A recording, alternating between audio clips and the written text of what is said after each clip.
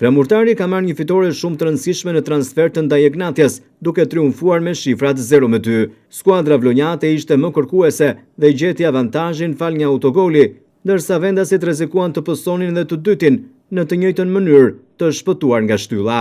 Ndërsa përpara pushimit Xhejmali u ndëshkua me karton të kuq që ju dha me VAR, pasi gjyqtari Alla kishte mbyllur pjesën e parë. Minuta e 11 do të zhbllokonte shifrat. Mehmet del në të djathtë pason në qendër, ku Haime shtyn topin në rjetën e tij dhe shkakton autogol. Pjesa e dytë do të niste me një tjetër gol për flamurtarin, i cili kishte edhe mundësi shënimi të tjera.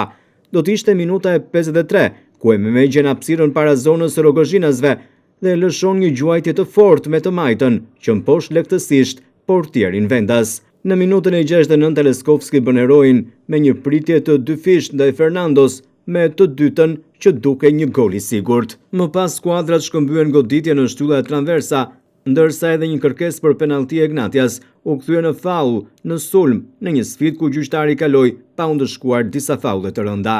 Në minutën e 80 Fernando i afrohet supergolit me një gjuajtje nga gjysmëfusha e tij. Leskovski devijon sferën me vështirësi në transvers. Aksioni më pas vijon me sferën që shkon të Jeffersoni, i cili gjuan nga jashtë zone, duke detyruar Leskovskin të devijojë mbi transvers. Gjyqtari Alla ftohet të shohë një kontakt mes Adiesës dhe Çantakias në zonë gjatë aksionit për penallti të mundshme, por ai merr vendimin që ishte faull në favor të flamurtarit. Kësaj flamurtari mori 3 pikë që ngjallin shpresat për mbijetesën, ndërsa Ignatia me 2 humbje radhazi komplikon ndjeshëm shanset për titullin kampion.